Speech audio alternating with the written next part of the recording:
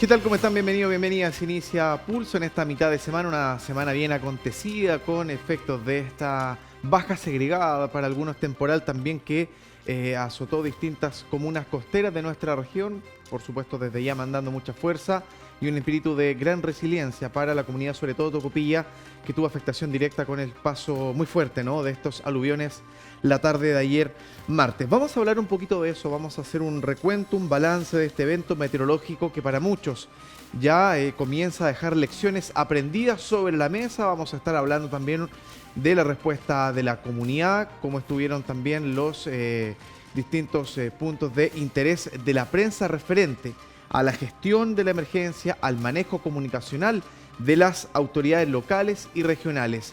Y a esto le vamos a adicionar también la presencia, este último par de días, del subsecretario del Interior, Máximo Pavés, quien también estaba a la espera en la antesala del arribo del presidente de la República, José Antonio Kast, la mañana de hoy miércoles, para ir catastrando, mapeando, levantando algunos puntos críticos en la ciudad de Antofagasta y después en otras comunas de la región, por ejemplo Tocopilla, donde se reunió muy temprano en su segunda instancia de reunión con la autoridad local, con la alcaldesa justamente de dicha localidad. Vamos a saludar al panel de hoy. En primera instancia, ahí en su pantalla, el periodista justamente de CNC Medios, Juan Andrés Vélez. Muchas gracias, Juan Andrés, por estar con nosotros. Gabriela Carrasco, abogada y ex directora regional de la Dirección de Obras Hidráulicas, perteneciente al MOP. Muchas gracias, Gabriela, por acompañarnos. Y al señor Cristian Zamorano, analista político, doctor en ciencias políticas, para este panel de conversación donde ustedes están cordialmente invitados e invitadas a participar. Bienvenidos, bienvenidas. Acá arranca Pulso. Pulso.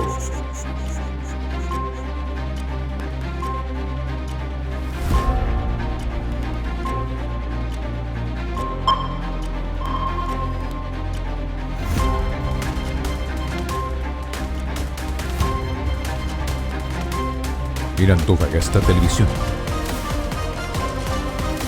Bienvenidos a Pulso.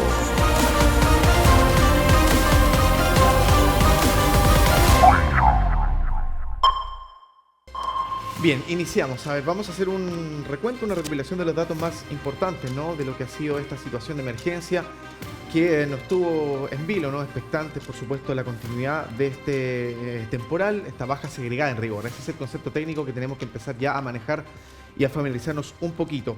A ver, la cantidad de agua caída en Antofagasta fueron lluvias sectorizadas, a decir verdad. En promedio, el lugar donde más cayó fue el sector norte de la ciudad, con 11 milímetros. Aludes y aluviones, sobre todo la noche de ayer martes, en la quebrada Jorgillo, en el sector Coloso, generó primero el levantamiento de alerta SAE, que llegó a muchos teléfonos de la comunidad, y la evacuación de todo dicho sector. Se activó también por momentos en la noche la quebrada Roca Roja, con principal atención también en lo que podía ser la activación de la quebrada Carrizo en el sector Coviefi. Es por eso que muchos vecinos de distintos sectores colindantes estaban atentos a la indicación de la autoridad. Hay que mencionar también que albergues municipales y de otra índole se empezaron a activar, se habilitaron 7 en rigor. Inicialmente estaban contemplados 4, hasta 5, después por el avance justamente de la emergencia se sumaron 2. El pic de personas albergadas fue la noche y madrugada de ayer y hoy, con 1.209 justamente personas. La situación más crítica, si ampliamos un poquito la mirada hacia el resto de las comunas costeras de la región, se vivió en Tocopilla y Taltal. Esta primera localidad sufrió la fuerza, ¿no?, del paso de varios aluviones, sobre todo en lugares más céntricos de la comuna, donde ahora viene un post-análisis y también la reconstrucción y el levantamiento de algunos lugares. Gabriela, bienvenida. Hace rato no estábamos contigo. Qué gusto saludarte acá en Pulso otra vez. Cuéntanos un poquito de cómo viste, ¿no?, el avance de esta emergencia, más o menos. ¿Cómo lo cifras tú?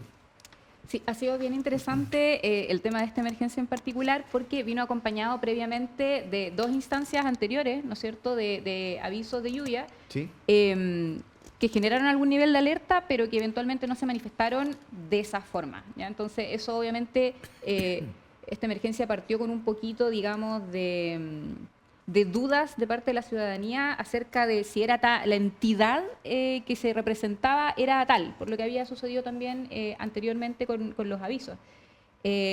Cuando ya decantaron estos distintos pulsos, ¿sí?, a medida que se acercaron, ¿no es cierto?, ocurrió un fenómeno bien interesante que era, oye, es harta lluvia. Ah, pero mira, paró y salió un sol radiante. Oye, de nuevo harta lluvia, porque el fenómeno que tuvimos nosotros, esta baja segregada en altura, para que se hagan una idea, es un DANA. Es lo mismo que pasó en España cuando Sí. ocurrieron estas inundaciones flash o repentinas. Y por tanto no había, digamos, un nivel de interiorización del fenómeno hasta que ya estábamos evidenciando, por ejemplo, estas escorrentías grandes en algunas quebradas, socavones de farellones, etcétera, etcétera, cuando ya teníamos las cositas. Entonces yo creo que esta sensación de la ciudadanía, o sea, este es el momento patente justísimo para empezar cualquier acción de promoción y de educación en materia de control, ¿cómo se llama? De, digamos, riesgos aluvionales, pluviales de otro tipo, porque en este momento está fresco, creo yo, en la mente de las personas que cambió lo que nosotros entendíamos como contingencias climáticas para Antofagasta en general.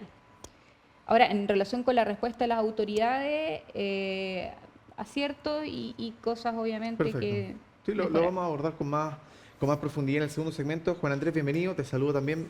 Gracias por estar. Gracias, Eduardo. A ver, ¿cómo evalúas tú ahora la situación post lluvia y qué? Sabemos que la situación está muy fresca, todavía muy reciente, pero ¿cuáles son las primeras lecciones que tenemos que ya poner sobre la mesa como cartas importantes, cartas de acción, ¿no? Bueno, yo creo que lo más importante es que urge también tener una planificación concreta, más ensayos, más como hacemos esto con los simulacros de tsunami. Yo creo que hace falta hacer más ejercicios con el tema aluvional. En la región, vimos lo que pasó en Tocopilla, que fue lo más grave. Sí. Pero obviamente que se ve patente eso y cómo somos vulnerables. Gracias a Dios, como lo decía acá la colega, es importante ver que las lluvias se fueron dando parcialmente y no se concentraron en un solo momento, si no hubiera sido otra las consecuencias. Yo creo que se hubieran activado más quebradas y lo que ayudó es que fueron parceladas, ¿no? Fueron algunos momentos horarios, después volvía la lluvia, paraba un rato, pero cuando vienen estas concentraciones, como cuando ocurrió el aluvión del 91, que fueron seguidas varias horas de precipitaciones, es ahí cuando nos volvemos a complicar. Yo creo que hemos avanzado en obras aluvionales de muy buena envergadura, se ha hecho un trabajo serio en ese sentido, de largo aliento, de muchos años. Obviamente que la mantención, el tema que quienes están emplazados, mucha gente viviendo incluso allí, la basura, es un tema recurrente, pero obviamente yo creo que hay que... es un tema que se puede ir zanjando. Ahora, lo más preocupante es nuevamente lo que lo dijimos en el capítulo anterior, cómo mucha gente hizo vista gorda o lo dejó pasar el tema de cómo fueron creciendo los asentamientos ilegales en nuestra ciudad y mucha gente está en zonas de riesgo y eso al momento de ir a buscar los votos a nadie le importa, pero en momentos de emergencias como esta se evidencia el riesgo y estuvimos en una jornada con el alma en un hilo, especialmente por toda esa gente que estaba en zonas de alto riesgo. Claro que sí, Cristian. A ver, solamente para seguir la línea de Juan Andrés, uno escuchaba, por ejemplo, el otro día, lo comentamos el lunes también acá en el panel, la autoridad en Tocopilla dijo, a nosotros lo que más nos preocupa, sin saber que al otro día venía una serie de aluviones que iban a dejar la situación en un carácter dramático, a ver, lo que más nos preocupa son sectores que comenzaron a gestarse hace 20, 30 años atrás como mini tomas, pequeños asentamientos, campamentos, luego se convirtió en un sector fuerte, Tocopilla se naturalizó y mira el riesgo latente. Lo mismo escuchaba hoy al alcalde de Alto Hospicio que estaba pidiendo incluso que el estado de catástrofe se pudiera extender, entendiendo que Alto Hospicio es como una ciudad dentro de otra, que alguna vez fue un macro campamento que llegó a tener digamos, una dimensión mayor.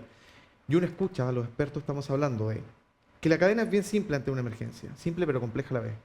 Concientización, prevención, contención, mitigación y recuperación. O sea, desde ya vamos a tener que acercarnos a esos conceptos para llevarlos desde la teoría, desde el papel y ponerlo en práctica en la ciudad o en la región.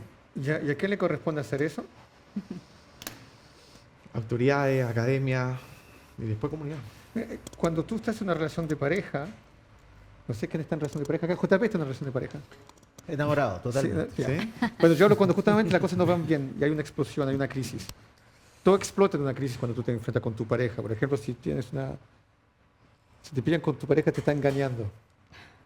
Hay una disputa, estás cerca del quiebre, ¿cierto? Pues si te van a reprochar que tú consagras mucho tiempo al trabajo, el tiempo que pasas en la casa, sale toda la verdad a la luz.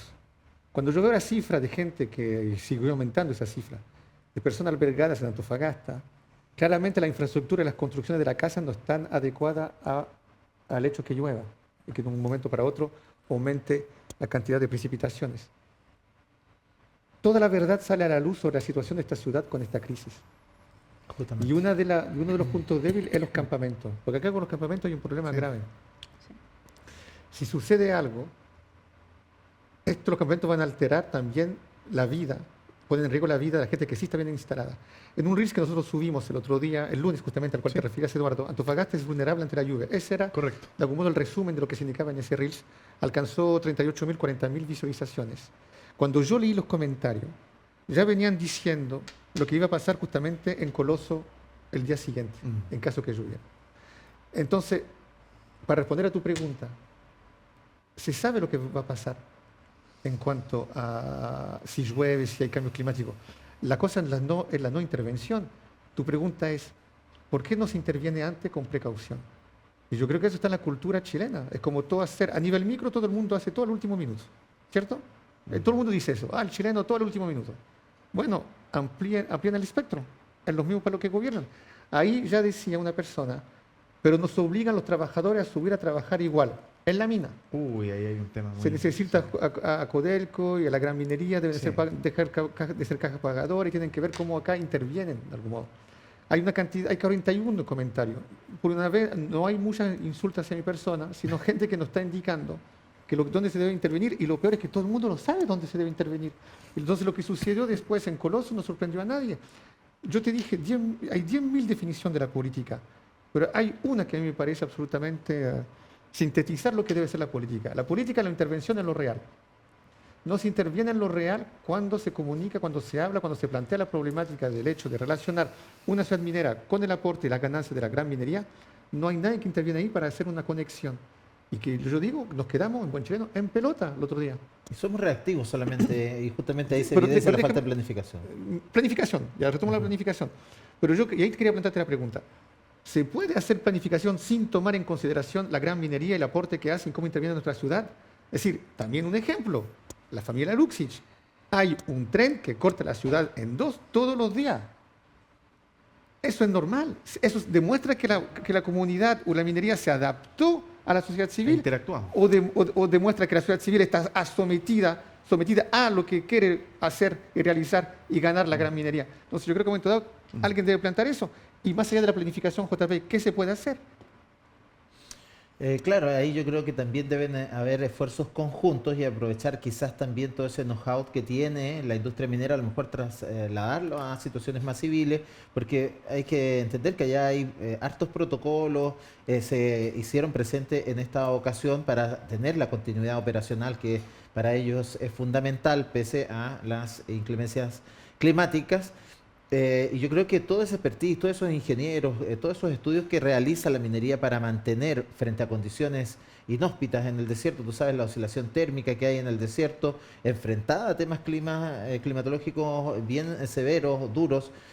Hay yacimientos que están sobre 4.000 metros, donde hay nieve permanente en el Abra, en Coyahuasi, en el norte de Chile, están en situaciones extremas. Entonces, traer esa experiencia para que las autoridades también puedan tener, yo creo, mejores protocolos, no ser tan reactivos y no tener sino que tener una planificación con mucha antelación, hacer un trabajo conjunto y por sobre todo ir educando a una población en temas aluvionales. Lo decía yo, hacemos muchos ejercicios para el tema de tsunami, pero yo veo que son mucho menores los ejercicios para ver zonas de seguridad o cómo evacuamos frente a emergencias de aluviones, que yo creo que con este cambio climático pueden ir tornándose cada vez más permanentes. Más recurrentes, Claro, ahora la presencia del presidente, yo creo que ahí también las autoridades no solamente tienen que hacer un acto de presencia en las zonas que, si bien se agradece, la gente necesita contención, ser escuchados y todo eso, pero también se necesita que las autoridades hablen de una proyección y cómo se van a solucionar, por ejemplo, estos asentamientos que están en zonas de riesgo y cómo se va a hacer un trabajo prolongado. El gobierno anterior, y acá está Gabriela, que también ella fue parte de uno u otro modo de ese gobierno, una promesa de ir avanzando en la gran deuda habitacional que hay con esta región. Había un plan de emergencia habitacional que no se cumplió. Entonces, ojalá que esta autoridad tome estos resguardos y compromisos para decir, como dijo el presidente hoy día, tenemos grandes paños de terreno que son del Estado. Bueno, hay que empezar a hacer construcciones definitivas y sacar a la gente de donde está. Yo creo que eso sería un tema de trabajo ya más serio y no empezar a estar apuraditos corriendo unos para cada lado cuando viene una emergencia como esta. Mira, yo quiero recoger lo que dijo JP por el último punto. Una solución a la falta de campamento, a la sobrepoblación en los campamentos, sería mejorar la política en lo que concierne la vivienda, ¿cierto? Claro. ¿Ya? Pero digo por otro lado, ¿cuándo en Chile se avanza en una área específica? Por ejemplo, me refiero, ¿cuándo el país supo enfrentar los terremotos? Después del de Valdivia en 1939, por ahí. De hecho, claro. ahí nació la Corfo, de hecho, porque la Corporación de Fomento, y justamente ahí el país supo cómo absorber y cómo defenderse de algún modo, o mitigar los efectos de un terremoto. Vayamos más adelante, hasta hace muy poco, estamos viendo los 33. Eso fortaleció todo el trabajo que hay en la gran minería con lo que concierne prevención de riesgo. Y de hecho las carreras de prevención de riesgo aumentaron su cantidad de alumnos que forman para que justamente trabajen en la mina, ¿cierto? ¿Y por qué pasa eso? Porque si hay muchos muertos en una mina, eso hace que en el mercado internacional se llama cobre rojo y ahí lo dificulta la gran empresa minera. No es por una razón humanitaria, es por una razón económica, porque hay algunos criterios en lo internacional que sí valen. Tú no puedes matar vidas para sacar cobre. Eso te lo dice el mercado internacional. Por ende, hay que tomar riesgo. Es por eso que interviene. Y en este país se puso más cuidado aquello cuando 33 tipos se encontraron sobre la tierra. Salvo que nos focalizamos cuando salieron afuera y todo el mundo aplaudió, chichichi, lele, y siempre ocultamos todo detrás un chichichi, lele, un CHI. Por ahí no hay, el CHI, vale, no quiero decir el término. Lo importante es saber por qué no se estructura antes de llegar a un hecho como así. ¿Y por qué digo aquello? Porque si bien se protege el valor de la vida, te baja el valor del cobre, si hay muchos muertos y que uno extrae en una zona donde hay muchos muertos y una mina, no le importa la calidad de una ciudad si tú la contaminas o no en el mercado internacional. ¿Me hago entender o no? Sí. Entonces no le importa la calidad de tu ciudad a la minería, a la gran minera, no le importa en qué estado de tu ciudad, cuánto contaminado hay, qué tasa de cáncer hay, que la iluminación sea mala, que la infraestructura sea mala, no le importa porque eso no tiene ninguna repercusión en el mercado internacional. Pero cuando llueve, ¿qué sucede acá? La ciudad realmente colapsa, es mortificada. ¿Qué pasa con los que trabajan en la gran minería? Si yo me fijo un comentario simplemente en Pulso, siguen trabajando. Durante el COVID, ¿se paró o siguió trabajando la minería? Siguió. En los turnos 7x7, 14x14, ¿se pararon? ¿Están en conformidad con el derecho laboral o todavía siguen vigentes? Siguen vigentes. Entonces, en un momento dado, es la minería que no hace el esfuerzo. Está bien el gobierno de Boric, ok. Pero ¿le corresponde a la minería hacer esos esfuerzos? Bueno, hay una abogada en el set, preguntémonos. Oye, ya, pero es que, a un ver, poquito de todo lo que se ha deslizado. A ver. sí, yo creo que, a ver, tratemos de ordenarnos, porque hablamos de riesgo, ¿no es cierto? Sí. Entonces, tratemos de entender un poco que cuando hablamos de gestión de riesgo de desastre, el riesgo, ¿no es cierto?, que es esta probabilidad de que ocurra un evento con características de desastre catastrófico que afecte la vida, la integridad de las personas, la propiedad, la inversión, la infraestructura, etcétera, se compone de otros factores ya. Está la amenaza y está la vulnerabilidad. La amenaza es el evento, la amenaza es esta dana que se presentó, esta baja segregada en altura, es un incendio, etcétera, etcétera, puede tener origen antropogénico, o sea, lo hizo una persona, o puede tener origen natural, como un terremoto, por ejemplo. Okay. Y por otra parte tenemos, ¿no es cierto?, la vulnerabilidad.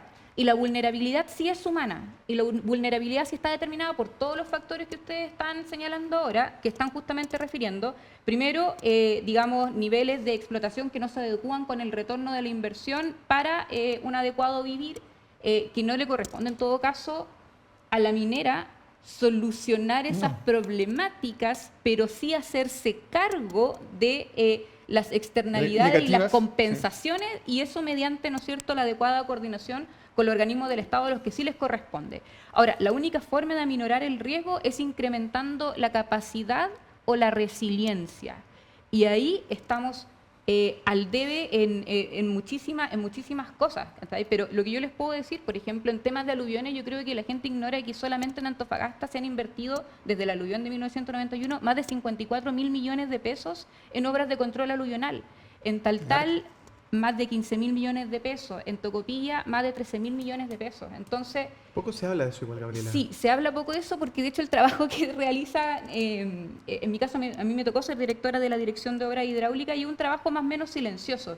El tema es que no debiera ser ya un trabajo más o menos silencioso, porque se ha quedado totalmente constatado aquí que nosotros no tenemos un ecosistema que maneje infraestructura que genere resiliencia frente a fenómenos externos como el cambio climático que existe. El cambio climático es de verdad, usted lo está viendo Sí. en su casa.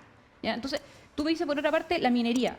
Yo cosas le puedo exigir a la minería. Yo le podría haber exigido a la minería que claramente en virtud de los dictámenes de la Dirección del Trabajo en relación con el artículo 184 del Código del Trabajo hayan hecho todo lo posible por proteger la vida y la integridad de los trabajadores y trabajadoras que estaban en Coloso en ese momento.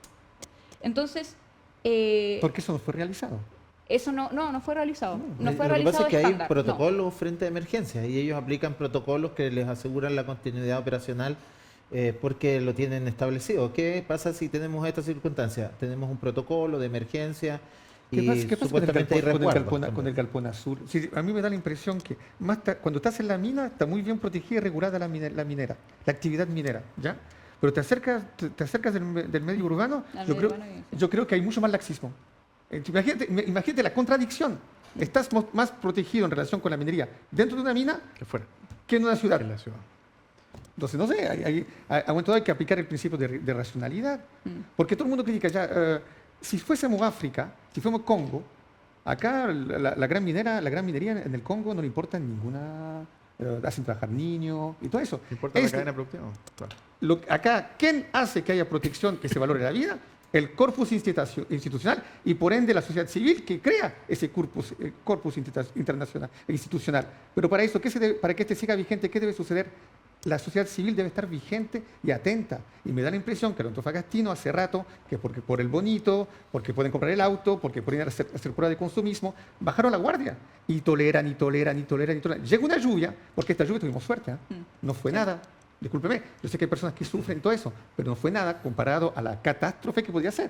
Sí, pero disculpa, Cristian, te escuchaba atentamente. Y claro, la minería tiene un rol, obviamente es la principal actividad económica del país, pero ellos también podrían decir, oye, nosotros ya hay una ley, porque lo que debiera haber es este cuerpo legal también que exija, ¿cierto? Y ellos pueden decir, oye, está el royalty, sabemos en qué se ha gastado, no hubo transparencia, imagínense, en varios de los gobiernos, incluido el de acá de Antofagasta, en qué se gastaron los recursos del royalty. Y ellos pueden decir, yo ya estoy cumpliendo, si la normativa me dice que además de todos los impuestos que pague, doy un royalty.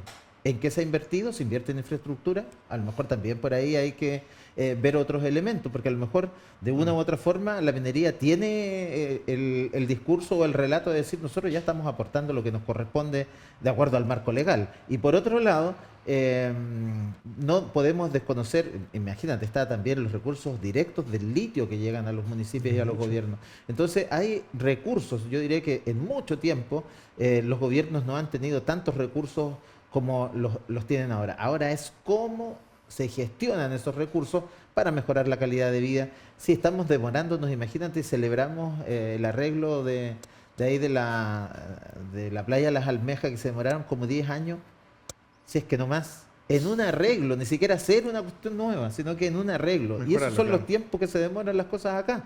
O sea, para hacer una plaza, no sé, en la población René Schneider, también otros 10 años, si es que no más.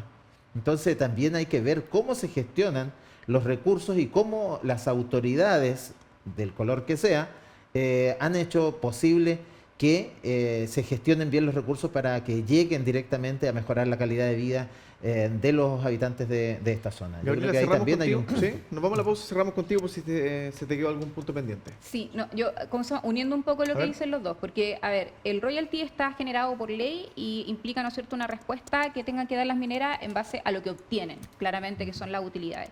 Y por otra parte, hay algo que se llama legitimidad empresarial. Y la legitimidad empresarial es el pasito más allá, que es el contrato social que nosotros hacemos con una empresa para que esa empresa pueda operar. Y ahí a lo mejor es donde encontramos la brecha entre lo que hacen y lo que pudieran hacer. Nos vamos a la pausa y tras el corte nos metemos de lleno en analizar, por supuesto, cómo ha sido la gestión, la administración de recursos, la emergencia, comunicacionalmente hablando, de las autoridades locales, regionales y nacionales que por estos días estuvieron en nuestra zona. Volvemos. Sigue Pulso por Antofagasta Televisión. Seguimos, gracias por permanecer en nuestra sintonía. A ver, vamos a hablar un poquito de la gestión justamente de riesgo, como decía recién Gabriela, de la mitigación de los efectos de esta emergencia, entendiendo por supuesto que cuando se presentan fenómenos de la naturaleza hay una etapa previa, un antes, un durante y un después. De todo eso se pueden sacar lecciones que siempre suponen también un desafío para mejorar adelante. Reuniones técnicas, comitivas, COGRID, varios, nos enteramos por la prensa constantemente, reuniones entre principales autoridades locales y regionales. Las encabezó también desde ayer el subsecretario del Interior, Máximo Páez, vamos a estar hablando de él más adelante, por supuesto.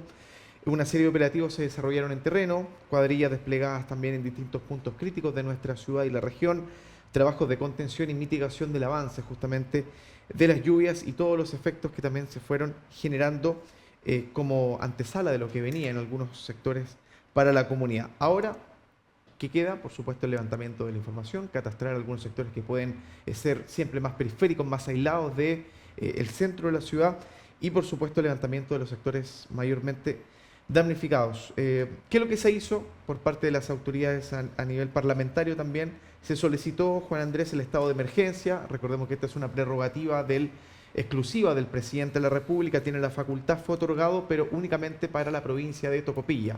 Con eso se podía sacar las Fuerzas Armadas también a la calle y un 2% adicional en recursos que va directamente, destinados para los fines municipales de contención de la emergencia. ¿Cómo has visto tú todo lo que venimos comentando también? Bueno, lo más importante ahí es la asignación de recursos, porque Sí. el tema es el día después. Tú sabes que todo esto de sedimento, todo este barro, luego aquí rápidamente el agua se evapora y queda todo como una costra de barro y todo sucio y todo bien complicado. Hay socavones, hay rutas, no sé, en el lado sur de la ciudad, que obviamente necesitaban otro apoyo. Ahí hay que reconocer también que el diputado Arqueros hizo algunas gestiones directas con empresas mineras de la zona para que prestaran maquinaria y apoyaran una serie de iniciativas. Hay que reconocer, hoy también se hizo un llamado para que otras empresas también se sumen, porque hay que hacer esfuerzos también que son públicos y privados, lo decíamos recién, cómo se hacen parte, cómo se hacen parte de la comunidad con esta responsabilidad social o este nuevo trato. Ahí hay una oportunidad concreta y yo creo que algunos así lo entendieron, en el sentido de que pusieron a disposición equipos, pero lo más importante era ver esta zona de catástrofe para tener recursos frescos y que el gobierno regional pudiera disponer de otra manera lo que viene, normalizar, porque hay que retomar las actividades normales, que los chicos estén nuevamente en clase, las actividades productivas, que la gente circule sin problema. Y eso cuesta cuando hay daños a la infraestructura, cuando hay daño como el que pasó en Tocopilla, donde no solamente es ver que lo material es dañado, sino que también hay un temor en la población, como lo decía Gabriela, el tema de la vulnerabilidad, que se sientan los habitantes muy vulnerables frente a la naturaleza. Hay que darle esas certezas de que se está trabajando, que hay recursos y que las cosas van a mejorar. Yo creo que ese es el gran trabajo que tienen las autoridades hoy, de estar en terreno, que es darle la tranquilidad y las certezas a la población de que se está trabajando para que no se sientan vulnerables, que se está trabajando para retomar una normalidad que Claro. esperamos sea en el corto plazo. Una suerte de habitualidad, Gabriela, entendiendo por supuesto que quizás otras zonas de nuestro país están mucho más acostumbradas a articular, patrones de gestión de emergencia por parte de distintas autoridades, sea cual sea el color, el bando político. Estamos hablando de ponerse a disposición de la que la ciudadanía y la comunidad así requiere. No tanto Antofagasta, puesto que no estamos acostumbrados, incluso la macrozona norte no está tan alineada, tan cercana a este tipo de situaciones. Hay mucha gente que sí agradecía el trabajo mancomunado de las autoridades. ¿Cómo vistes tú, cómo valoras el desempeño en el manejo de la emergencia y también comunicacionalmente hablando o hasta en lo político directamente por parte de las autoridades? Es súper difícil, por ejemplo, hacer ese análisis porque este tipo de fenómenos no son nunca concretos. Te establecen así como márgenes de actuación o márgenes de respuesta. Ya. Entonces, por ejemplo, hay un elemento donde yo sí creo que se pudieron haber verificado mejoras, que era al principio en la instancia que corresponde a la prevención, donde en el fondo tú vas, identificas los peligros que pudieran darse en relación con, digamos, el ímpetu con el que venga efectivamente el evento climático en particular, qué sé yo. Y en ese punto de vista algo que siempre llama la atención y que en el fondo igual está bien, pero la atención siempre está focalizada en las grandes quebradas, ¿no es cierto?, las grandes cuencas, que de hecho justamente son las que ya tienen obras de control aluvional, por ejemplo. Estoy hablando específicamente en el caso del aluvión. Entonces tuvimos hartos sobrevuelos, ¿no es cierto?, Sí. con helicóptero para verificar el estado, está bien. Pero si ustedes se fijan, lo que pasó en Antofagasta, dentro de este evento anómalo, fue activación de quebradas menores o microquebradas. ¿Está? Por ejemplo, lo que se dio en el Jorquillo. Ustedes saben que el Jorquillo a lo mejor por periodo de retorno no se podría haber activado en 100 años, 200 años, no lo sabemos, pero sí, sí se debe considerar justamente que si ya visualizaste aquello donde estableciste capacidad mitigatoria, ya lo revisaste, verificaste que hay un funcionamiento, entonces tienes por lógica que dirigir tu atención hacia aquellos sectores que presentan vulnerabilidad donde no existe mitigación. Claro. Y eso es lo que yo al menos tengo la duda quizás de si se verificó justamente eso, porque de lo que yo sí tengo certeza, y lo puedo decir directamente, es que equipos técnicos de gran conocimiento en la materia, como el equipo de la DOH, quienes quedaron los funcionarios de años, con independencia del gobierno de turno, tienen amplias capacidades técnicas para haber, aconsejado ciertos niveles de atención, pero finalmente son las autoridades a nivel político las que toman las determinaciones. Ya vamos con Cristian. Gabriela, solamente para puntualizar, no quiero dejar pasar por alto este punto. Hoy en la mañana me tocaba conversar con un facultativo de la UA, un especialista en riesgo y desastre, y él comentaba, claro, son 95 las quebradas que tenemos en toda la región. De esas 95, en este fenómeno de 2 días, se activaron 15. Una de ellas, quizás con más fuerza en la ciudad, fue la de Jorquillo, ahí en el sector Coloso. Y él decía, mira, acá a modo de autocrítica también quizás lo deslizaba, decía, mira, nosotros desde la academia, durante los últimos 10 o 15 o 20 años, no hemos puesto el foco de interés en algunas quebradas, cuestas, qué sé yo, que están fuera del radio urbano. Quizás no nos basamos muy bien en el plano regulador comunal porque está desactualizado, pero nosotros mismos nos habíamos desentendido de la situación que podía suceder. Solamente para darte el favor de lo que estás diciendo, mira lo que pasa cuando dejamos de observar lo que está un poquito más allá del límite de lo visible, ¿no? A la rápida. Claro, y esa falta quizás de manejo de conocimiento técnico en algunos instantes puede desembocar justamente o redundar en una complicación mayor para la comunidad que poco y nada sabe. Si uno le pregunta a alguien, oye, ¿cuántas quebradas tiene Antofagasta? ¿Conoces alguna? Yo creo que Una con suerte. Una con suerte, quizás puede ser más turística en algún punto de la región, pero el resto es complejo. O sea, Antofagasta sabe evacuar en sismo, sabe evacuar quizás ante tsunami, pero ahora hay que mirar también la espalda, los cerros. ¿Sabemos evacuar? Difícilmente, Cristian. ¿Tuvimos suerte o no tuvimos suerte ayer? Estos 2 días. La sacamos barata, yo creo. La sacamos barata. Para lo que pudo haber sido Sí. en algunos sectores. Y retomo lo que tú dices. No estamos preparados. Hay una inversión en infraestructura, pero igual mostró un cierto colapso. Digamos, hay que mejorarla. Si bien las autoridades, igual yo no pondría una mala nota ni a Ricardo Díaz ni a Sacha Rasmussen. No, en general no. Ni a la No. delegada. Hay la delegada que sí, yo tomaría otro Distancia. enfoque, sí, distancia. Pero ¿Ya? tampoco debe el hecho que hayan tenido un buen desempeño, una buena prestación, entre comillas, un buen protagonismo, los dos, el gobernador y el alcalde, que funcionan como dupla, como Sí. Sasá, la dupla Sasá. Funcionan pero es la muy dupla, alineados. veré con ajá. los nombres. Sí. Sacha Ricardo. Es que estar alineado es lo mínimo que se Por eso, esperaría. pero Sí, yo encontré que está bien. es lo que correspondería, Sí, incluso. ahí Sí. no hay color político. Pero si frente a la ola. hubiesen sido pésimos, lo hubiese dicho, no me parecieron en todo caso. Encontré que está ahí, pero eso no puede ocultar el hecho que el plan regulador todavía no está listo y yo no he visto una empresa mía, yo no he visto una prisa en terminarlo. Próximo año recién, Y realizarlo. Y una inversión, y ponerle más técnica y apurarse, darse prisa, porque los campamentos, yo lo siento, los campamentos, si yo fuese político, yo diría, ahora es el momento de erradicar los campamentos. Yo sé que es feo, pero ahora bajaron la guardia. ¿Por qué? Porque los campamentos deben estar en dificultad ahora, supongo. Y todos los tipos que están ahí, ahora hay que ver si hay ilegales o no. Y si el tipo es legal, ¿por qué está ilegal acá? Y ahora hay que tratar de expulsar. Yo sé que es feo, suena horrible, es políticamente incorrecto. Pero es ahora que hay que intervenir en los campamentos, porque es ahora que te das cuenta por qué no pueden estar ahí por un asunto de seguridad pública, pero no en el sentido de delincuencia, en el sentido de vivienda, justamente. Pero lo que yo quiero indicar acá es que, ¿por qué la prestación de Katy López me llama la atención. Quisiera que pongamos el sonido sí, de este video. Encuentro que hay mucha sobreactuación. A ver, revisemos. Miren, no hay ni palabra, no hay ni discurso en esto. Es solo música. Ah, Solo música, con gente que gesticula, con miradas, con cara de gravedad, con puesta en escena claramente, porque ahí lo que están diciendo no creo que debe ser top secret, importante porque no estaría grabado, y con postura. Me acordé del otro video también. Sí, ya mira. Bueno. Del otro que era más actuado todavía. ¿Sabes cuántos likes tiene esto? Tiene que tener unos 28 likes. Una reenvío 7, una interacción pobre. Mi pregunta es, durante la lluvia, ¿de qué sirvió ese reel? Para hacer crecer el ego de algunos. Hubiese uno, no diría nada. Hay como 2 o 3 más. El mismo esquema. Viene el subsecretario. Máximo Páez. 18 likes, 2 comentarios, 7 reenvíos. Por un subsecretario que viene a la región de Interior, el ministerio más importante, a la región. De nuevo un videito con música, con postura, con Dagolberto Tillería, y siempre su trascendencia fundamental.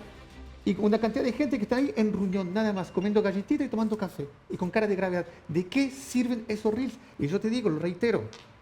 Rojo, Fama contra Fama, Camiroaga, Instagram, toda esta gente está un poquito trastornada, matrixada con la voluntad de ser famoso a través de un cargo político. Y la política no es eso, la política es la intervención en lo real. Ahí no están interviniendo en lo real, se están grabando a actuar como autoridad. Eso es lo que yo digo, y a mí me satura un momento dado, porque no sirve estrictamente de nada. Y para concluir, Sí. llegada del presidente, superavión, magnífico ese avión de hecho, llega el presidente, Pedro Araya, el senador, siempre con una mochilita. Desde que lo conozco, él siempre anda con mochila. Una cosa, un detalle. Acá, Katy López, la delegada, actúa como una fans. Cuando yo la veo a recibir al presidente, yo no veo una autoridad de una región en crisis y una situación dificultosa recibir al mandatario número 1. No veo. Yo veo una fans, una militante de su partido político, agradecida que él venga y que lo mira con ojos de admiración, como una fans número 1. Una delegada no puede ser la fans número 1. La delegada es la autoridad número 1 de la región. Si bien es representante del presidente de la región, también de algún modo hoy en día es la coordinadora de todos los ministerios dentro de la región. Y eso es lo que yo quisiera ver de un punto de vista de, ¿cómo decir?, body language, de idioma, ¿cómo decir?, de verbalidad física, cuando yo lo veo saludar a diferentes autoridades y armar este tipo de videos. Estos videos también poco éxito tuvo. Y mi pregunta, la reitero, ¿de qué sirven estos reels? Juan Andrés, vamos con tu análisis comunicacional. Ahí se van a ver, político también, mira un poquito de todo. cómo Juan lo Andrés. recibe. A ver. Yo creo que lo que la gente quiere ver es a la autoridad en terreno. Lo decíamos ahí, que ensuciándose los zapatos y que esté con la gente. Claro, ahí tú decías la reacción un poco de fans de nuestra delegada. Pero yo creo que, bueno, escuché también atentamente el discurso del presidente. Yo creo que también le faltó mucha fuerza, porque lo que tú esperas es que te dé tranquilidad, decirte, mira, estamos desplegados. Pero no. Sacha Rasnich llegó en es muy winner, plano. está en modo winner. No, está haciendo, mira, Sacha yo creo que ha ido mejorando, empezó con varios titubeos, pero ha ido mejorando y en esta crisis demostró un despliegue del municipio en terreno. Los albergues estaban dispuestos en muy corto plazo, estaban con todo lo necesario, con colchonetas, con alimentación, con todo lo que necesitaban. Entonces ahí se notó que el gobierno comunal derechamente hizo muy bien la pega. Ahora, lo que uno espera en estas coordinaciones, más allá de las fotos protocolares y de los puntos de prensa, es el trabajo y el despliegue en terreno, y espero ver hoy día también en mayor detalle todo lo que se realizó en Tocopilla, porque principalmente lo que necesita ya la gente son respuestas. Si se me dañó la casa, si se me inundó de barro, ¿cómo me van a ayudar para limpiarla? ¿Qué va a existir como ayuda directa en recursos económicos? Porque la gente también necesita eso para recuperar sus inmuebles, que fueron en su mayoría, donde pasó este aluvión, dañados muy fuertemente. Entonces, yo creo que más allá de esos videos que tú decías que a veces son tan corporativos, tan armados, lo que la gente quiere ver, si es que quieren mostrar algo en redes sociales, es gente en terreno, gente conversando con el ciudadano afectado, viendo y escuchando esa realidad, porque como tú decías al inicio de este programa, quedan expuestas, como en las familias, esos secretos familiares, todo lo que dejamos debajo de la alfombra sí, sale con este tipo de emergencia, y obviamente que se ve nuestra pobreza, nuestros campamentos, la vulnerabilidad, el falta de desarrollo también de infraestructura en nuestras ciudades, porque tampoco tenemos canaletas o algún tipo de instalación que yo creo que con este cambio climático ya hay que irlas considerando, aunque en las ciudades del norte uno dice, hoy no llueve, por eso no estamos preparados, y hay que empezar a concientizar también a la ciudadanía con educación respecto al cuidado de sus viviendas, de sus techos, de estar preparado para este tipo de emergencia, saber que hay que tener una mochila de emergencia, saber cuáles son los puntos de seguridad. También los puntos de seguridad que hay frente a un aluvión. Sí. Tú sabes que también hay zonas seguras y todo eso existe, así como cuando lo hablamos del tsunami, que tú llegas a cierto punto de seguridad, a cierta avenida, no sé, desde aquí en arriba estoy salvaguardado, no tengo riesgo. Bueno, lo mismo hay que saber en el tema aluvional y yo creo que ahí hace falta mucha educación y cultura hacia la población. No solo ahí. Vamos, Gabriela, con tu análisis. Sí, es que, oye, nuevamente, son muchas cosas. Primero, yo creo que sí fue más efectivo lo que hizo el alcalde con el gobernador por la sencilla razón de que hay momentos comunicacionales, ustedes lo saben mejor que yo, y hay una cosa que es comunicación en crisis. La comunicación en crisis no puede basarse en el histrionismo, porque no está generada, no busca justamente implantar, digamos, una idea, sino que otorgar información útil sobre las gestiones que se están realizando para lidiar con una problemática y hacer sentir seguro al ciudadano o ciudadana sobre, digamos, reitero, la gestión que están realizando las autoridades frente a un peligro o un riesgo inminente, y eso es lo que no se dio. Y por eso tú también señalaste, o así al menos lo noté, la poca efectividad comunicacional en réplicas, en likes, en etcétera, etcétera. Entonces, ese video, para el momento, no sirve absolutamente a nadie. No le sirve ni al gobierno ni a la ciudadanía. En cambio, una comunicación efectiva en términos de se van a cancelar las clases hoy día, va a haber, esperamos lluvia de tal hora a tal hora, se van a esperar eventualmente la activación de tales o tales quebradas, las personas que están en este sector están en mayor o menor riesgo, eso va a tener réplica, eso va a tener llamado y va a tener atención. Eso es comunicación de verdad en tiempo de crisis. Y eso es lo que se falló. Entonces, ese es un primer punto, que yo creo que sí, es una falla, es un debe importante. Y lo otro, por ejemplo, que tú señalabas, esta cuestión es un monstruo de muchos tentáculos el tema del riesgo en Antofagasta. Yo les voy a decir un solo dato que no es menor y es complejísimo. La quebrada más grande, que tiene la cuenca portante más grande, que está sobre la cantidad de población más grande, está en La Chimba. La Chimba tiene diseños generados ya listos por parte de la DOH, basados en estudio hidráulico con seriedad. La Dirección de Obra Hidráulica, vamos a tener que empezar a aprendernos estos acrónimos porque existe en el Ministerio de Obras Públicas una Dirección de Obra Hidráulica que es la que hace las obras de control aluvional y un montón de otras pegas más, ¿ya? Etcétera. Entonces, ¿qué pasa si yo les digo esto? La cuenca más grande no tiene obras de control aluvional. Y les digo algo más, abajo de esa cuenca está el vertedero. Y les doy otro dato más. El exvertedero, perdón. No se puede construir la obra de control aluvional que ya está diseñada y lista allí porque hay servidumbres judiciales para extracción de árido otorgadas al amparo del Código de Minería de 1932. En idioma simple, Gabriela. Hay un derecho de propiedad que impide la intervención del Estado. Que en el fondo, sí, hay un derecho, en términos simples, ya vale, hay un derecho de propiedad que impide la intervención del Estado, pero que debiera corregirse desde ahora ya, y hay herramientas para hacerlo, sí, pero requieren un nivel de coordinación que yo no sé si no se está viendo, porque se intentó hacer una mesa de alta adicción. Me parece súper grave lo que dice Gabriela, que es la zona que además ha tenido mayor crecimiento en densidad poblacional en los últimos años, y que allí justamente no existan las obras de mitigación, tomando en cuenta que además está este ex vertedero que tiene un cúmulo de material ahí que podría ser arrastrado generando una emergencia mayor y ecológica incluso, porque eso llegaría al mar. Entonces, imagínate, es muy preocupante. Es una catástrofe en ciernes. O sea, yo no sé si se sabe que ni siquiera tenemos una caracterización clara de los residuos que están acumulados en el exvertedero. ¿Qué es lo que contienen? ¿Qué es lo que hacen? Contaminante, gas. ¿Qué nivel de contaminante? Cristian, metámonos un poquito también en lo político, ¿no? Porque la llegada, claro, entre otras cosas, la llegada del presidente José Antonio Kast a la región, bien dijimos, una reunión larga, más extensa de lo que inicialmente se tenía presupuestada, la DPR, después se dirigió a conversar con la alcaldesa en Tocopilla. 4 puntos que me parecieron importantísimos destacar. Primero, anunció un plan estricto de erradicación de campamentos en sectores de piscinas aluvionales, bien digo. Segundo punto, reconstrucción de sectores, y habló de una nueva planificación urbana. Acá estoy mezclando algunos puntos que deslizó el gobernador, la delegada y también el alcalde. Hablaron de la reactivación económica de las localidades afectadas, porque eso hay que redinamizar esos sectores. Y hubo un anuncio del presidente de una mesa de trabajo para abordar la vulnerabilidad habitacional, cosa que recién se mencionó en el bloque anterior, y de seguridad, todo lo que contemple y concierne el periodo post-emergencia. Quedémonos con el primer punto. Plan estricto de erradicación de campamentos que estén al lado de las piscinas. Que esa es la prioridad. Gabriela, dime que Parecía la algo de prioridad- lógica, de que- perogrullo. Yo sé que te complica el tema, pero te voy a No, complicar. no, es que no, a ver, me complica porque es una catástrofe humanitaria en el sentido de las personas que viven allí. No me complica en el sentido de que lo que tiene que privilegiarse es la vida humana.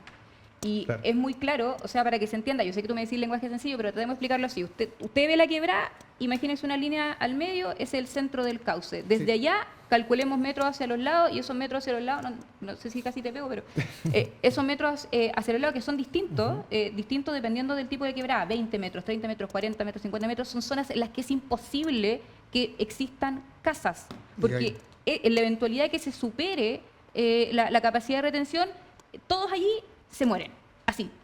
Y el tema es que el arrastre, dependiendo del nivel de escorrentía, dependiendo de la cantidad de material que se vaya a llevar, va a arrastrar las casas hacia lugares, digamos, que son regulares, qué sé yo, y pueden ocasionar más daños. Sí. Lo que es importante entender es que técnicamente esto ya está definido.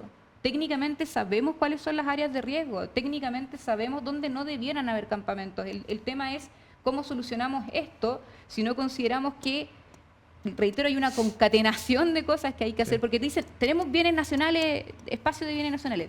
¿Dónde? ¿Y dónde que no tengamos extracciones de áridos irregulares? Irregulares, porque...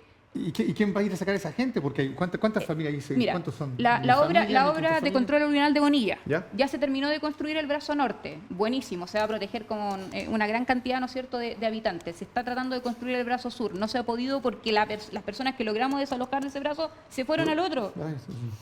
Entonces, yo creo que es momento de entender que la situación particular de Antofagasta, particular de la comuna de Antofagasta, bueno, extendible a otros sectores de la región de Sí. Antofagasta, demanda un nivel de respuesta coordinado de alta dirección. O sea, nosotros... Titanesco. Sí, disculpa, Gabriela, que te escucho con mucha atención y me encanta compartir el panel con alguien que Sí, sabe. maneja mucho la materia, que es especialista. ¿Cuál es Gracias, tu gracias, opinión, Gracias. tu opinión frente a estos asentamientos ilegales, frente a los campamentos, en zonas donde puede haber movimiento de masa, donde puede haber desprendimiento, que están en zonas de riesgo? ¿Qué piensas tú de cómo se ha ido dando eso y cómo podemos ir trabajando para sacar a esas familias de esas No, zonas? y complica un poco más la pregunta. Mm. ¿Y se puede modificar algo sin represión, sin una medida fuerte en un momento dado? No, es muy probable que no. Ahora, ¿cuál es el tema? Que obviamente el origen es multifactorial, si hay que entenderlo. O sea, tú observas, nosotros en materia de densidad poblacional estamos superados. O sea, nosotros solamente podemos crecer hacia los lados, no podemos seguir creciendo hacia arriba, hacia abajo. Ahora, la gente que toma esas soluciones, por decir habitacionales, todos le decimos, oye, pero todos nosotros arrendamos, o los que tenemos suerte pagamos dividendos, qué sé yo, pero no sé si les decimos a todos arrienden, si tenemos la cantidad de oferta No está. en materia de vivienda para eso. No, pero- Entonces, y- ¿qué propicia? Hay un desplazamiento brutal de personas hacia zonas periurbanas que no tienen habitabilidad porque no hay servicio básico, no hay electricidad. No, pero etcétera, avanzar etcétera. también en el déficit No hay habitacional urbanidad. que Es que existe eso, de, eso. de viviendas Ya, Pero sociales. es que eso ahora es. está lleno de Claro, ilegales que vivienda no pueden social hay que postular hacer a algo. ningún- a Ya. nada, po. Pero es que ahí va a tener que, primero tienes que tener una oferta al menos siquiera y luego claramente vas a tener que hacer la distinción entre las personas que van a poder optar a eso, ¿no? Pero tienes que tener una oferta y en este momento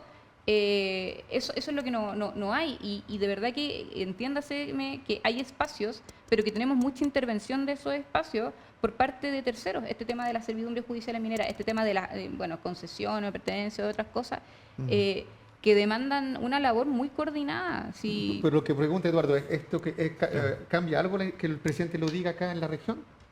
¿Se va a acelerar ¿Tendrá un el impacto proceso? directo? ¿Se materializará en Sí, porque el presidente dijo que había terreno. Ya, Ya, pues, Bueno, está es bien. que ese es el tema. O sea, hay que avanzar, pero con un sentido de realidad. ¿Cuáles terrenos? ¿Son terrenos de bienes Nacionales. nacionales? Supuestamente. ¿Son bienes nacionales de uso público? Claro, habría que ver. ¿Qué sé yo? ¿En qué zona están? ¿Urbano? ¿Periurbano? Entonces, ¿cuánto tiempo se demoraría, por ejemplo, eso? Está bien decir que tenemos terrenos porque los puede haber.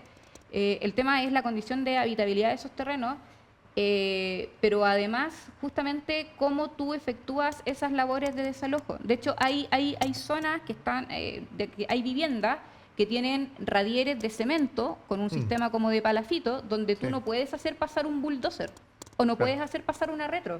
Ni siquiera los CAT, chicos, que ustedes han visto que son más compactos, ni siquiera eso alcanzan a No, pasar, si por ejemplo. hay construcciones sólidas ya dentro Ahora, pero, del claro, tema hablando de campamento. construcciones sólidas, Gabriela, porque uno mucho rápido se te viene a la mente muchas veces ya, digamos, emplazamiento, asentamiento irregular, ilegales, perfecto. Pero ¿qué pasa con el visto bueno a tantas constructoras que siguen edificando y levantando edificios en zonas que no están permitidas porque van más allá del límite de la seguridad? Estamos hablando en el borde cerro, más del sector sur de la ciudad, primera línea frente al mar, constructoras que además tienen, digamos, un prestigio ganado en la ciudad, en la región, muchas veces son de carácter nacional y que además tienen unos costos elevadísimos esos departamentos, esas casas. Ahí hablamos de algo que está normalizado, que se mira con buenos ojos, pero en realidad es un riesgo latente también. La pregunta ahí es quiénes Esa es la otra cara de la entregan, moneda, claro. ¿Por qué se autoriza? ¿Quiénes? ¿Bajo quiénes qué entregan los precepto? permisos de edificación? ¿No es cierto? En áreas, lo que corresponde, digamos, dentro del área de una comuna, es la dirección de obras municipales. En un plan No, regulador que no está al pero- día. En un plan regulador que claro, sí, además hay no un está- plan regulador que es eterno, que nunca se termina, pero además estas construcciones ilegales no tienen obviamente recepción de obras municipales, no tienen nada. Piensa que hay gente que incluso hoy día está loteando y vendiendo terreno, viste, paciencia de todos, Hasta que en redes arriendan sociales, hasta en redes sociales. Entonces, como que el tema en algún momento se tomó con tal libertad. vivienda. Y todo el lote, todo el lote. Claro, entonces, oye, nadie controla nada y pareciera que eso también trae sus consecuencias y esas consecuencias se ven en emergencias como esta porque aflora, porque queda en evidencia esa gente que a lo mejor nosotros sabemos que están en el cerro. Todos los días la gente hace su vida más ligado un poco a la costa, al centro, no sé, a sus lugares de trabajo, pero está eso ahí. No lo queremos ver quizás, pero con estas emergencias se visibiliza y se visibiliza un problema mucho más profundo que es quizás estas condiciones de gente que se ve obligada. No creo que todo el mundo quiera ir allá y ahorrar y tener 2 autos afuera que existen con antena y con Pero todo. también hay gente que lo Con quiere bajo televisión, la tele, pero hay otra gente le que no pide- puede, claro, pero hay otra gente que no puede. No, que no puedes, Claro. pero también, también se transformó en un negocio en un momento dado porque economizar, mira, uno cuando está en lo legal, si tú quieres seguir las normas, vivir en una habitación, tener mucho en trabajo. un departamento bien y todo eso, porque por suerte pago caro, pero no hubo inundación en mi departamento, tienes que presentar garantía, tener un respaldo económico, todo eso, ya. Eso implica que a ti se te va por lo menos al mes, para 2 personas con un hijo, 1 millón de pesos en un buen barrio, ¿ya? 1 millón de pesos. Si en una de estos lugares, unas tomas, te venden un lugar a 250.000 pesos, yo pienso que hay gente que de manera intencional decide no gastar tanto en aquello para quizás tener un terreno ahí y mejorar el interior, porque el material en el cual ellos viven, que utilizan como televisión, sillón, mueble, cama, igual es de alto nivel. Entonces ahí se oculta una decisión y entiendo, porque si tú trabajas tomo un sueldo alto, ya digamos 2 millones de pesos, 2 millones y algo, y si te va simplemente en tu arriendo casi Más la del mitad, 50%. igual eso, ¿en qué economía eso se sostiene? Entonces, pues no se puede. entonces los tipos eligen a vivir allá con todo lo difícil que es vivir allá. Pero ahí, ¿quién es el responsable? Y yo digo que hay un responsable, en primer lugar, es el Estado. Es que también hay una burbuja inmobiliaria, hay precios yo creo que para la zona Infladísimo. están sobrevalorados, Infladísimo. los arriendos también, producto esto de la minería supuestamente, pero yo creo que también hay un tema de burbuja inmobiliaria, una sobreexplotación ahí en ese sector, o sea, precios que yo creo que están inflados para lo que Sí. son en realidad. Y déjame terminar la otra idea. La otra idea es que, y lo voy a decir en idioma llano, acá en Chile todo el mundo se acostumbra a que todo sea lote. Y yo creo que tienes una matriz, que es la matriz educacional. Todas las cosas se hacen mal. Es difícil encontrar una persona que trabaja bien en Chile. Un buen abogado, un buen médico, un buen pediatra, un buen arquitecto, un buen, ¿cómo se llama esa Y gente que no, hace y las con el casas? nivel ahora que también se ha bajado la exigencia en las No, universidades, pero- porque también por eso los déjame chicos terminar la tampoco idea. los puedes presionar Un porque buen se pan- estresan, te pueden un demandar. buen panadero, un buen contador y todo eso. Entonces, eso y hay más títulos que nunca. Pero la calidad profesional bajó. ¿Por qué? Porque todo se relajó. La multiplicación de universidad privada hizo que el valor del diploma bajó, disminuyó mucho. Entonces hace que la calidad del profesional también bajó. Se multiplicaron. ¿Cuánto dentista hay? ¿Cuánto odontólogo hay? ¿Cuánta gente que te echa botox hay? Sin ningún control. Hay gente que echa botox se hace llamar doctor. un doctora, y nunca han tenido un doctorado en su vida, y ni cerca, ni con suerte 2 años de universidad. Entonces, todo está al lote. ¿Cómo tú crees que eso no impacta en una ciudad como Antofagasta, donde se gasta mucho, donde no hay ningún control de esas cosas, donde la matriz educacional no se reforzó?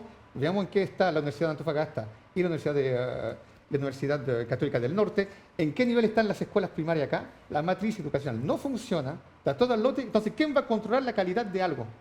¿Quién va a controlar la calidad de los políticos que nos gobiernan? ¿Quién va a fiscalizar el nivel de actuar político de nuestros dirigentes? Nadie. Y cada cierto tiempo nuestra ciudad vuelve a estar en el Por tapete corrupción. informativo por estas circunstancias, como que se sorprende la gente de decir, oye, mira la situación que está en Antofagasta. Lo han hecho medios nacionales, ¿te recuerdas? Alguna investigación periodística de Bio Bio que trajo en algún momento mucha resonancia, muchos ecos, pero queda en eso, es como que nos pega la cachetada de realidad, pero después nos calmamos y seguimos dentro de la misma. Y te van a dar otro Foco calmante. cero. Eduardo, déjame terminar con esto. Te van a dar Sí. otro calmante. Y el relato se va a reanudar de esta manera. Van a decir, viene la gran inversión de la minería y vamos a crear tanto impuesto. Y la gran reforma va a bajar los impuestos, entonces la minería va a invertir más. Pero yo le aseguro que no va a cambiar estrictamente nada al resguardo que debemos tener en cuanto a este tipo de eventos que nos sucedió hace 2 o 3 días, antes de ayer y ayer. No va a cambiar estrictamente nada. Te van a tapar de nuevo la boca con una gran inversión pensando que estás haciendo desarrollar tu país, que en realidad al fin y al cabo de desarrollo, yo lo vi ayer, yo no vi desarrollo, yo vi, reitero, gracias a la providencia, no sé, para mí tuvimos mucha suerte, lo que podía pasar no sucedió. Y pido disculpas por la gente que sufrió lo que sufrió en estos días, pero yo reitero, para mí el factor fortuna. Gabriela, intervino. cerramos. Oye, espera, contigo. quiero meter un pelo en la sopa en el Pero, tema por favor. inmobiliario, porque se ha relacionado mucho el hecho de que a nivel inmobiliario está relacionado con los precios del cobre. Pero la verdad es que nosotros tenemos un problema de especulación financiera con la inmobiliaria que es brutal. Porque existe una cuestión, voy a tratar de decirlo de forma lo más llana, sencillo, pero sí, hay te traduzco. una tasa interna de retorno. Ya, en el fondo, la plata que ganan la inmobiliaria después del TIR, la plata que ganan la inmobiliaria después de la inversión, se considera, por ejemplo, en Estados Unidos que es exitosa cuando supera el 8%. Te dicen un 8% y si llegáis a un 18% es genial. No, acá Acá la tasa de retorno es sobre el 30 y Sí, tanto por súper ciento. O sea, la inmobiliaria está ganando el doble, ¿cachai? de lo que se establece como una base en en materia el país de... capitalista por excelencia. Justamente, más allá, y por eso digo Estados Unidos, porque es el país, ¿no es cierto?, capitalista por excelencia. Entonces, ese tipo de cosas es el que también hay que ponerle justamente atención. Sí. Más porque en avaricia. Antofagasta, estoy hablando casi ya del 2018, había un déficit de 50.000 viviendas. Correcto. Nos vamos nos pasamos un poquito en el tiempo, pero agradeciendo la presencia, son temas que apasionan, ¿no? Que pocas veces se hablan, justamente tiene que haber contingencia para que volvamos a referirnos a algunos puntos que están flotando ahí en una nebulosa y pocos la aterrizan para su quizás hipotética reversión. Gracias Juan Andrés, Gabriela, Cristiano, ustedes del otro lado. Gracias, muchachos. Sigan en la Chao. sintonía de Antofagasta Televisión. Nos reencontramos en otro episodio de Pulso el viernes a las 20, acá mismo. Chao, hasta siempre. Fue Pulso, un espacio de propuestas, lo que marca la agenda, las decisiones de futuro, conversaciones y análisis en profundidad, contingencia y debate. Pulso por Antofagasta Televisión.